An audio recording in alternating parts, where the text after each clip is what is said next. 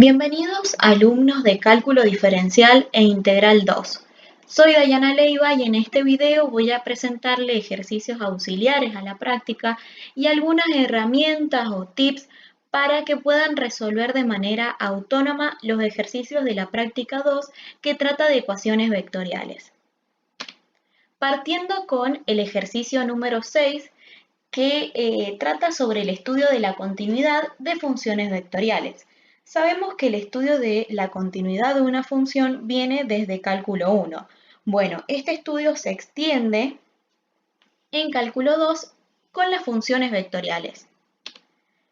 Recordemos que estudiar la continuidad de una función equivale a estudiar la continuidad en cada uno de sus puntos. Por otro lado, como queremos estudiar la continuidad de una función vectorial, entonces necesitamos estudiar la continuidad de cada función componente. Por ejemplo, en el primer ítem. Esta función vectorial es una función que va de los reales a los reales al cubo, puesto de que para cada valor real le hace corresponder una terna. Lo que ustedes deben analizar si es que cada una de sus funciones componentes es continua para todo punto del dominio. En este caso, cada función componente, su dominio es el conjunto de los números reales, así que solo bastaría que cada una de las funciones componentes sean continuas para que toda la función vectorial sea continua. Y en el ítem número 2, recuerden de que la función vectorial en este caso iría de los reales positivos a los reales al cuadrado. Es decir, de que deberían analizar si cada una de las funciones componente son continuas para todo número real positivo. Y la explicación de esto es que necesitamos calcular, por ejemplo, la primera función componente es una función que va de los reales positivos con el 0 a los reales. Puesto de que sabemos que la raíz cuadrada de un número negativo no existe. Entonces, bueno, esa función va de los reales positivos con el 0 a los reales. La segunda función componente, que es el seno de t sobre t, el dominio sería justamente los reales sin el 0, puesto de que t no puede ser 0 porque el denominador no puede ser 0. Y si quieren un estudio más detallado, bueno, sería el cociente de dos funciones continuas. La función continua seno de t, que es continua para todo valor real, y la función continua t, que también es continua para todo valor real. Solo que en el cociente se debe analizar aquellos valores que no anulen el denominador. Entonces, el cociente de esas dos funciones continuas, sabemos de que va a ser continua, pero va a ser continua para todo punto perteneciente a los reales sin el 0. Entonces, el dominio de la función vectorial r de t va a ser la intersección de los dos dominios. Recordemos que el primero eran los reales positivos con el 0 y el segundo solamente son los reales sin el 0. La intersección va a ser el conjunto de los reales positivos. Ahora analicen si es continuo en cada punto de su dominio. A continuación va a aparecer un video que es una actividad auxiliar, puesto de que el ejercicio 6 solo tiene 2 ítems. Entonces yo les propuse un ejercicio auxiliar resuelto por mí para que puedan ver cómo se analiza y cómo se resuelve este tema de continuidad de funciones vectoriales. A continuación realizaré el siguiente ejercicio que consta de analizar la continuidad de la función vectorial f, que va de los reales a los reales al cubo, definida por tramos de la siguiente manera. La imagen de todo número real distinto de 0 va a ser la terna que aparece en pantalla. Y la imagen para t igual a 0 va a ser la terna 0, 0, 0. Deben recordar que para analizar la continuidad de una función vectorial deben analizar la continuidad de cada una de sus funciones componentes, que he denominado f1, f2 y f3 de t.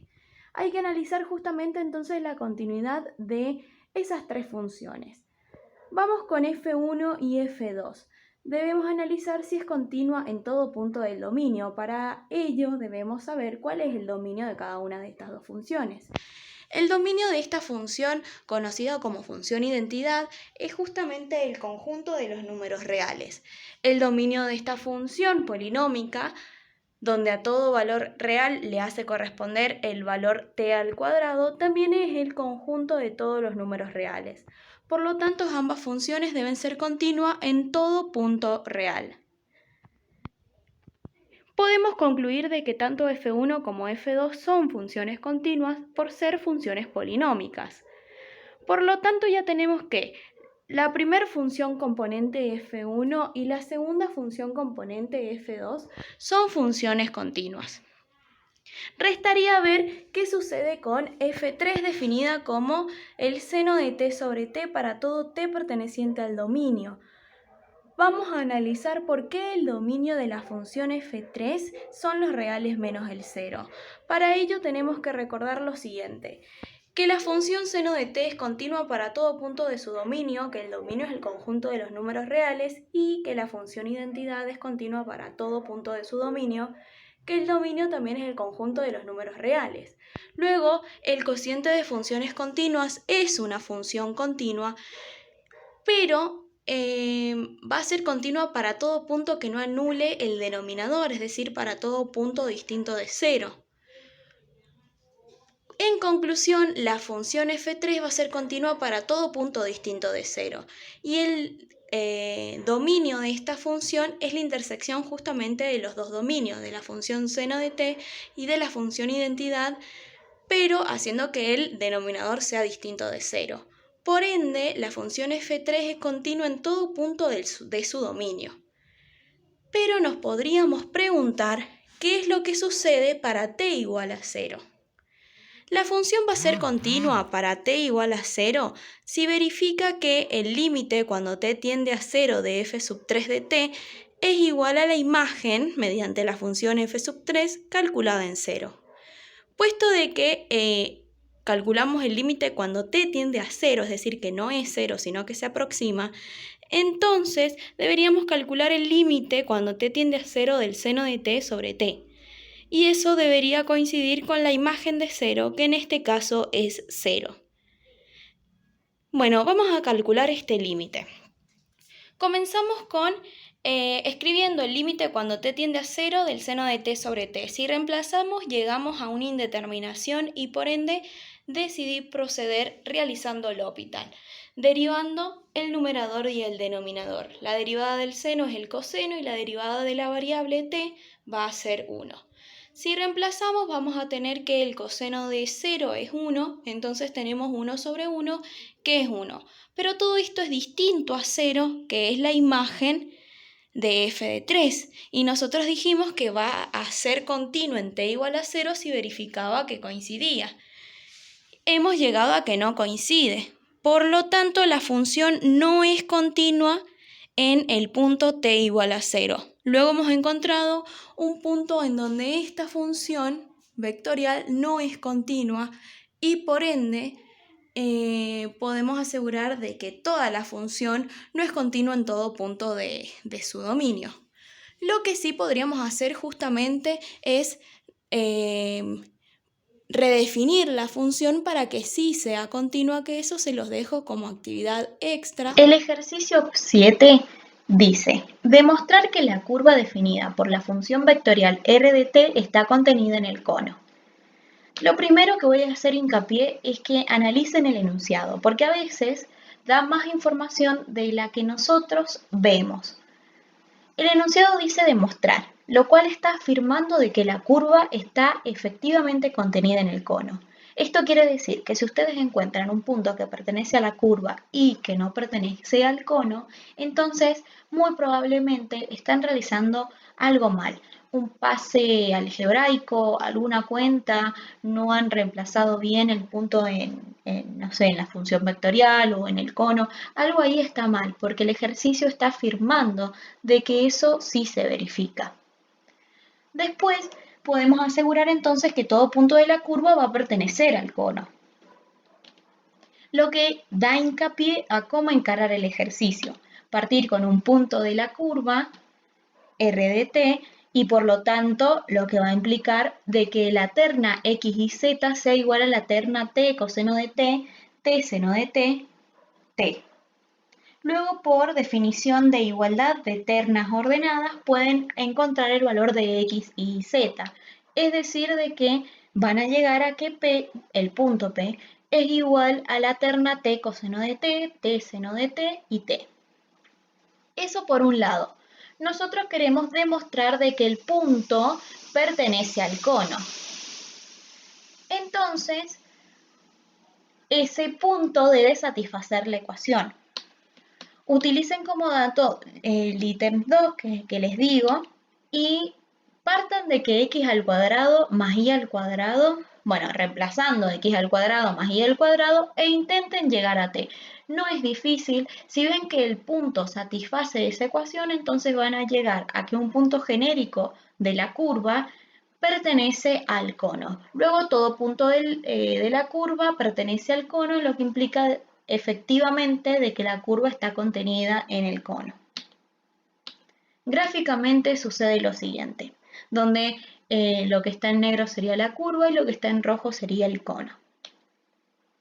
El ejercicio 8 y el ejercicio 9 tienen la misma finalidad, puesto de que son ejercicios similares. Hay que determinar los puntos de intersección.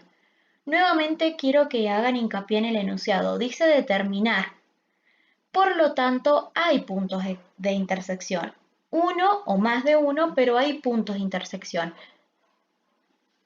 Si ustedes llegan a que no hay, claramente hay algo que están haciendo mal. Si el enunciado dijera, no sé, analizar si es que hay puntos de intersección, por ejemplo, bueno, puede que haya como que no. Entonces, en el ejercicio 8 en particular buscamos un punto que pertenezca tanto a la curva r de t como al paraboloide. Si partimos de que el punto pertenece a la curva, entonces el punto va a ser igual a la terna t, 0, 2t menos t cuadrado. Entonces, una vez que ya sabemos los valores de x, y y z de nuestro punto genérico, utilicen la información de que pertenece al paraboloide, es decir, de que ya satisface esa ecuación. Podemos ver que el punto P, las coordenadas x y z están en función de t. Bueno, todos menos y, que es igual a 0, pero tanto x como z están en función de t.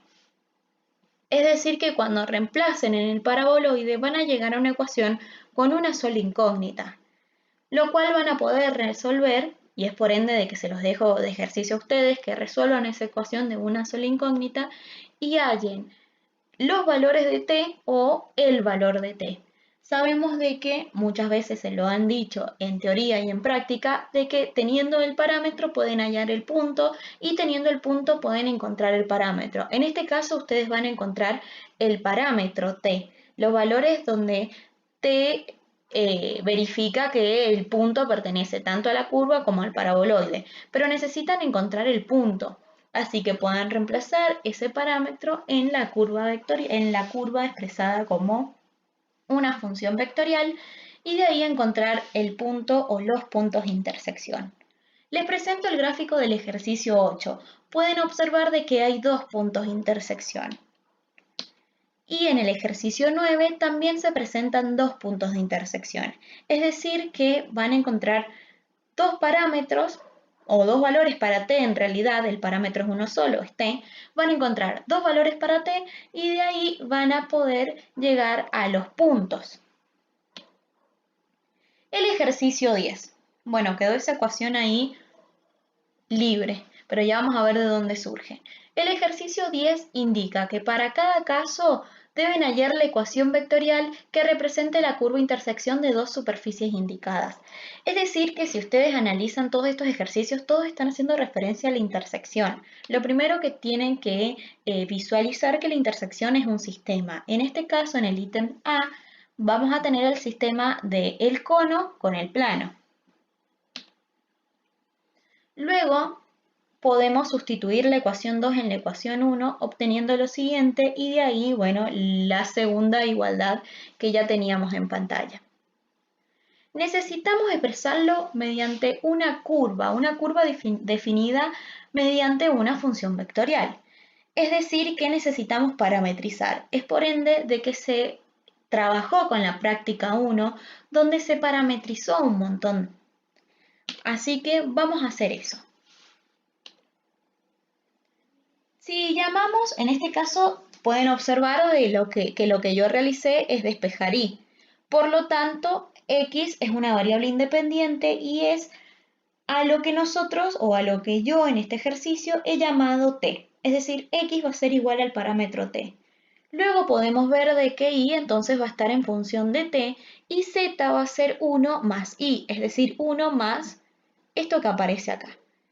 Finalmente podemos decir de que esta función vectorial es t cuadrado menos 1 sobre 2 y después 1 más t cuadrado menos 1 sobre 2. Claramente no es la única forma de resolverlo. Ustedes en vez de despejar y pueden despejar x y bueno, y como y es la variable independiente, ahí denominarla igual a t, igual al parámetro y bueno, van a tener parametrizado de otra forma, pero sin embargo el ejercicio va a estar bien resuelto, puesto de que ya hemos visto en la práctica 1 cómo se parametriza. Pueden obtener diferentes maneras de parametrizar. Lo importante es que lleguen a una función vectorial, es decir, a algo como esta expresión. El ejercicio 12 pide demostrar que se verifican cada una de esas propiedades. Puesto de que son muchas propiedades, he decidido demostrarles dos. Voy a demostrarles la propiedad expresada en el ítem B y la propiedad expresada en el ítem D. Para ello, tomo una función vectorial con la particularidad de que el enunciado dice que son funciones vectoriales derivables. Bueno, por ende tomo u de t, que va a estar formado por f de t, g de t y h de t, y sea acá un número real, es decir, un escalar, lo que conocemos como en geometría como escalar. Bueno, partimos por el primer lado de la igualdad, la derivada con respecto a t de k por u de t, es decir, el escalar por la función vectorial, va a ser igual a la derivada con respecto de t de k por la función f de t, k por la función g de t y k por la función h de t. Sabemos por propiedades al derivar que la constante, que es k, la podemos sacar y derivar la función.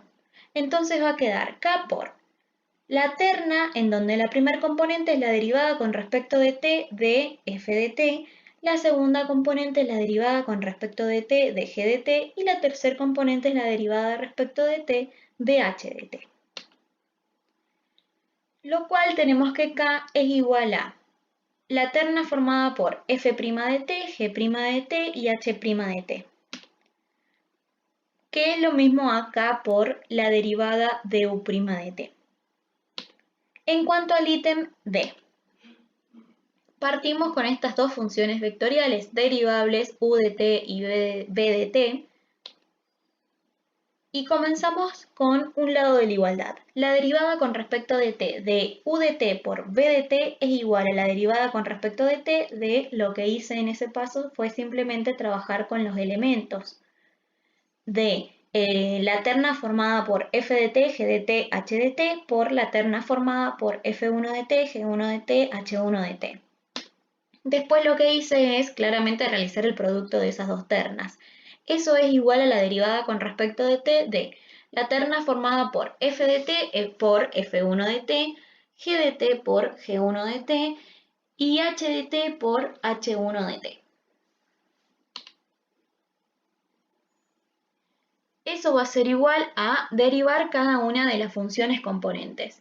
La derivada con respecto de t de f de t por f1 de t, la derivada con respecto de t de g de t por g1 de t y la derivada con respecto de t de h de t por h1 de t.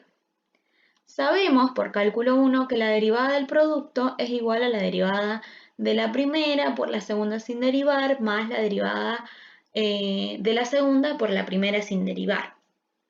Eso se lo dejo como ejercicio que lo desarrollen acá, puesto que se me iba a hacer muy extenso. Después de realizar cada una de las derivadas producto, en este caso f de t por f1 de t, en este caso g de t por g1 de t y en este caso h de t por h1 de t, lo que hice es aplicar la definición de suma de ternas.